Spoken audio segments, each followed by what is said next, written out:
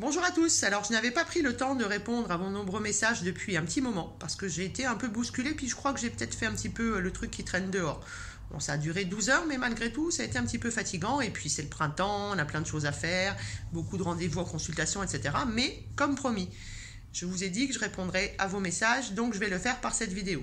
Alors, de nombreuses questions, que ce soit des étudiants en naturopathie, des collègues, mais aussi bien entendu de vous, les personnes qui me suivez, sur cette histoire de guérison. Alors, ça c'est surtout pour les étudiants en naturopathie, vous savez qu'on n'a pas le droit de dire qu'on guérit, sinon on tend le bâton pour se faire battre, ça sert à rien, la chasse aux sorcières est déjà bien trop importante. Donc, on va en fait prendre soin de la petite graine que on a tous à l'intérieur de nous, cette graine de l'auto-guérison.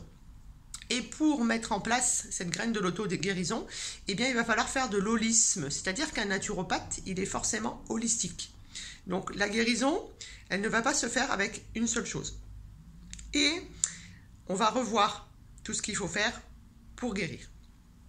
Alors, d'abord, la guérison, c'est long, et ça peut être douloureux. Parce que pour guérir, il va falloir sortir de sa zone de confort.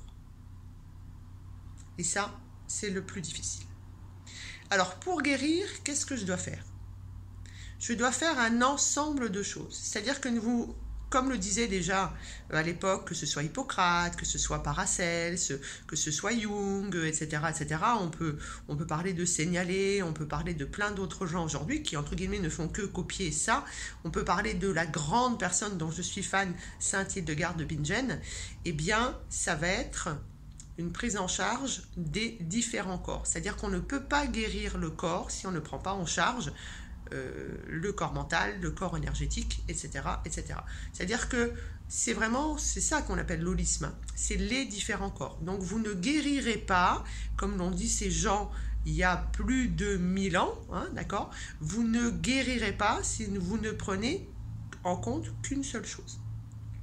Alors, je vous rappelle que pour donc donner à manger correctement à votre pouvoir d'auto-guérison, il va être indispensable de travailler sur plusieurs axes. Et ça, c'est très important. Aujourd'hui, normalement, dans votre école de naturopathie, on doit vous faire un cours sur la PNEI, psycho-neuro-endocrino-immunologie. Du coup, ça, c'est de l'holisme.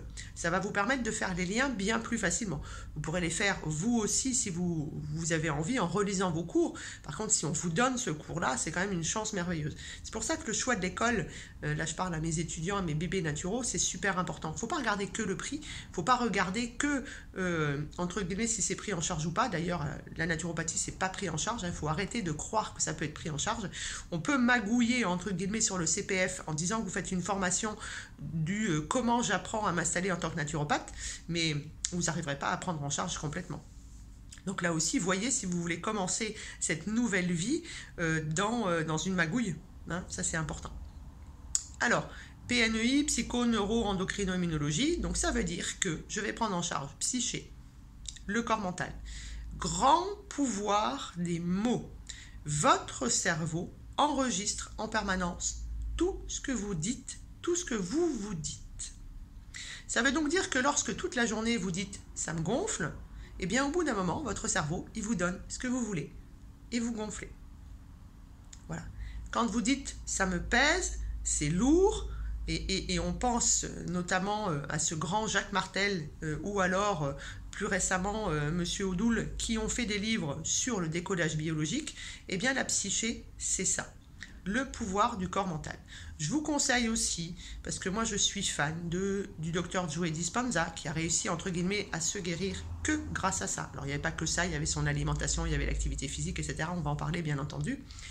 Il y a aussi Natacha Calestrémé qui est une personne extraordinaire, je vous conseille ses livres. Et puis vous pouvez aller lire Hildegarde de Bingen, vous pouvez aller lire le grand livre du docteur Seignalé, etc., etc. Il y a beaucoup de livres qui prennent en charge tout ça. Le mieux, bien entendu, c'est d'aller rencontrer une naturopathe formée, ou un naturopathe, bien entendu. Alors, première chose, le corps mental. Attention à votre psyché, attention au pouvoir des mots, votre cerveau enregistre tout, soyez bienveillant envers vous-même, aimez-vous, Tout ça, c'est long, tout ça, c'est compliqué, tout ça, ça fait mal parce qu'on va devoir changer nos routines métro, boulot, dodo. On va devoir casser nos croyances pour pouvoir s'auto-guérir. Donc, première prise en charge, la psyché, le corps mental. Deuxième prise en charge, eh bien, l'intérieur du cerveau, le système nerveux. Et là, aujourd'hui, on a trop de gras saturés, pas assez de bons gras, pas assez d'hydratation, on ne boit pas assez et quand on boit au mauvais moment et on boit de l'eau qui n'est pas de qualité. Le cerveau a besoin de 3 choses pour vivre correctement.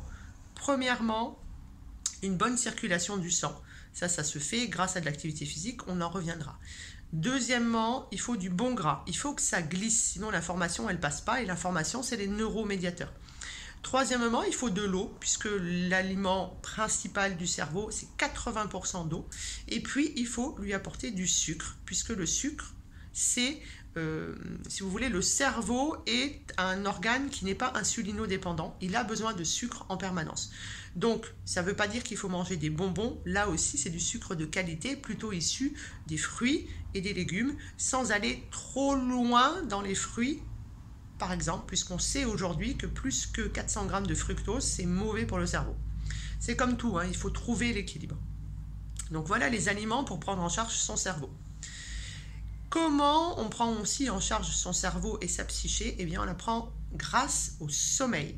Le sommeil est tout aussi important que les autres pieds de votre chaise, puisque votre auto-guérison, c'est une chaise avec 4 pieds. Ça, c'est la base. Le sommeil doit être récupérateur, doit être régénérateur. Pour ça, je vous laisse retourner voir la vidéo sur le sommeil. Là aussi, je vous laisse sortir de vos croyances par rapport à ce sommeil. Non, on ne doit pas dormir tant d'heures, il faut s'écouter. Le sommeil, c'est pas d'une tranche complète, c'est des wagons qui viennent les uns derrière les autres.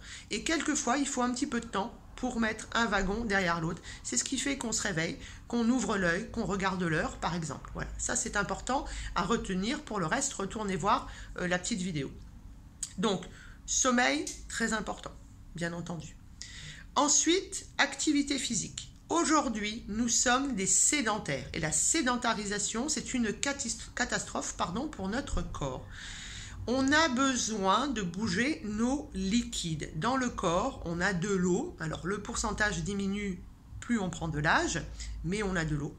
On a du sang et on a de la lymphe. Eh bien, le sang et la lymphe, ça en chie grave si vous ne bougez pas. Donc, il faut bouger. Mais là aussi, aujourd'hui, dans notre vie, qu'est-ce qu'on fait? On fait rien du lundi au vendredi et le samedi dimanche, on va courir 3 heures, on va faire une randonnée de 4 heures. Eh bien ça marche pas non plus. On peut se faire plaisir le week-end, on va sortir, on va marcher, on va s'aérer et si possible, on le fait en famille ou entre amis, c'est encore mieux.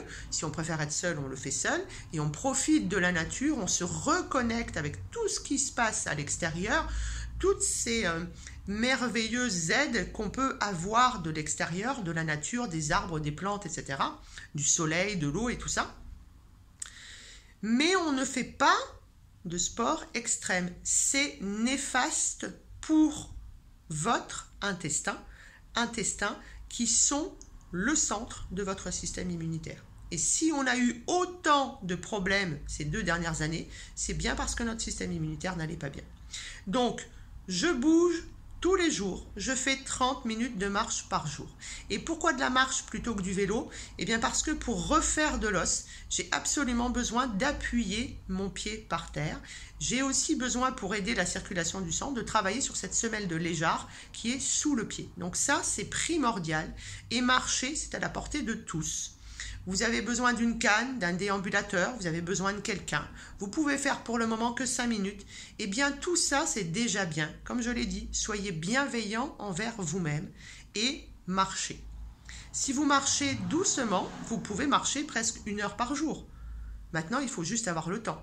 Si vous travaillez et que vous me dites « j'ai pas le temps », on a toujours le temps de marcher.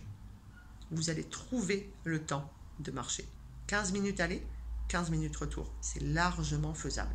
Entre midi et 2, vous vous garez un petit peu plus loin, vous prenez les escaliers, etc. Vous savez, toutes ces recommandations qu'on nous disait à l'époque. Donc, on a fait la prise en charge de la psyché, la prise en charge du cerveau, on a parlé du sommeil, on a parlé de l'activité physique. Bien entendu, il faut donner le bon carburant à notre corps, ça s'appelle les nutriments. Est-ce qu'il vous viendrait à l'idée de mettre du gasoil dans votre voiture essence?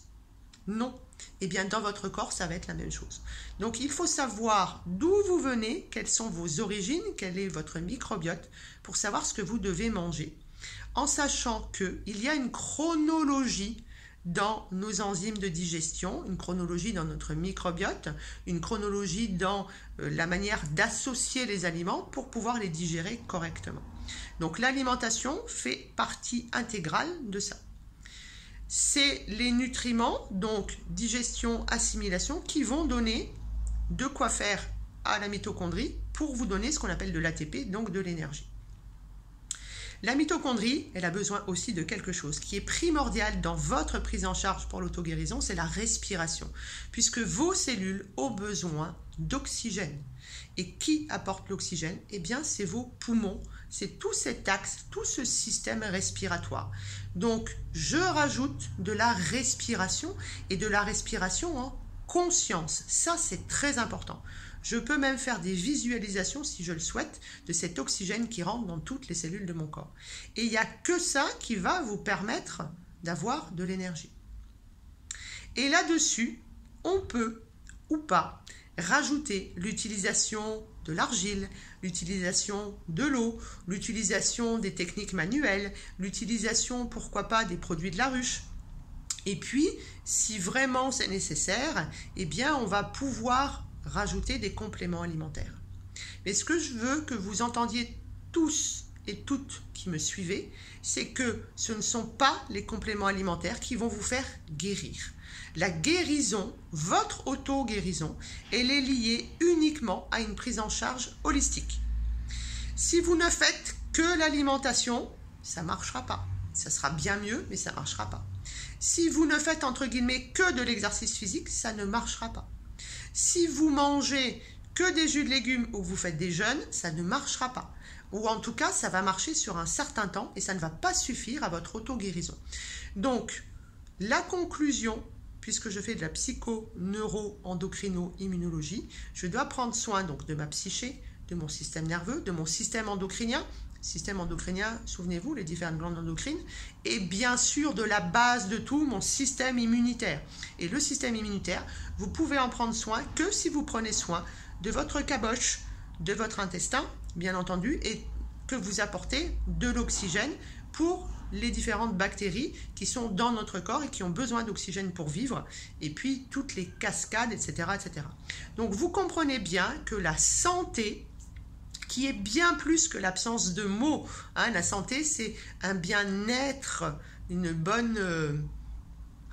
comment je peux vous dire ça? Un bon feeling, un bon ressenti. Hein, et d'ailleurs, on dit quoi? On dit « je me sens pas bien hein ». Donc, mon prof disait « va te faire sentir par quelqu'un d'autre ». Mais c'est un petit peu ça. Quand vous vous sentez pas bien, faites-vous aider. Et retenez bien que c'est de l'holisme. C'est un ensemble de choses qui fait que n'allez pas trop loin, trop vite, trop fort dans quelque chose. Ne prenez pas... comme je vois quelquefois 10 compléments alimentaires en même temps, ça se trouve, vous faites de l'antagonisme. Ne faites pas du sport à outrance.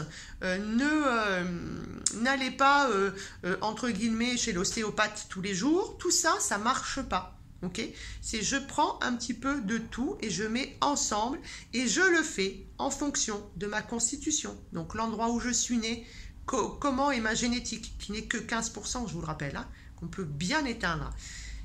En fonction, bien entendu, de mon tempérament et en fonction de ma diathèse.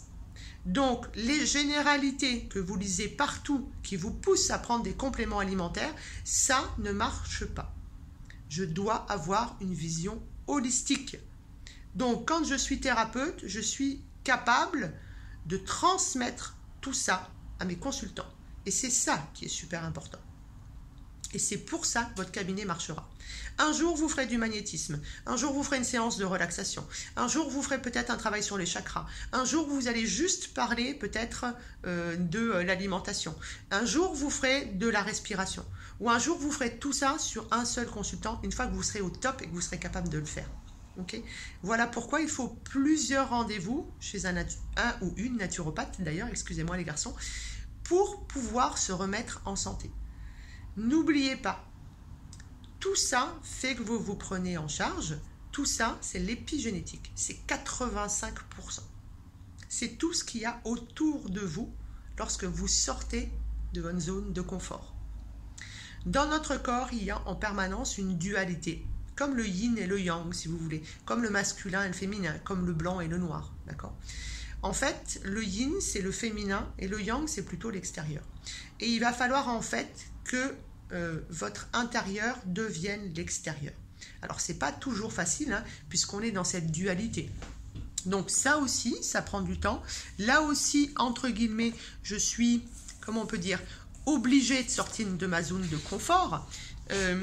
Revoir un petit peu mes différentes relations avec le couple, avec le monde professionnel, etc., etc. Et puis, dites-vous toujours bien que cet extérieur doit correspondre à vraiment ce que vous êtes. Peut-être que ça fait longtemps que vous vous trompez, que vous n'êtes pas au bon endroit. Peut-être que vous avez suivi ce que vous a dit ou vous ont dit vos parents ou vos grands-parents et que vous faites une profession finalement qui ne vous correspond pas du tout.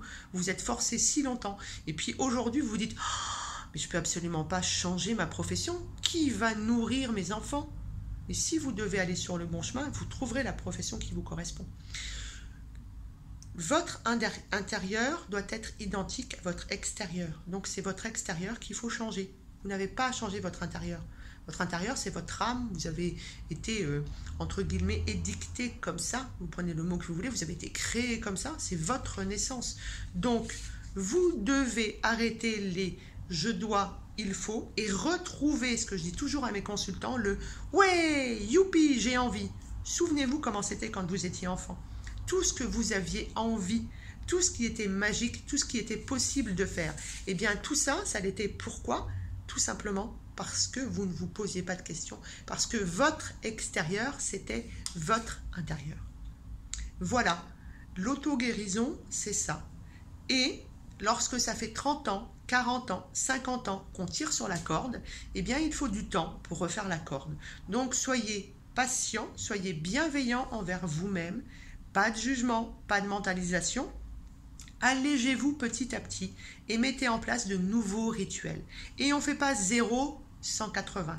On prend ce temps pour faire tout ça parce qu'on part sur une nouvelle hygiène de vie. Et c'est ça qui est important. Voilà, j'espère que j'ai répondu à toutes vos questions. C'est tout ça qu'il va falloir faire ensemble. C'est du boulot, ça peut être douloureux, ça peut être long, mais derrière, c'est tellement superbe. Prenez soin de vous.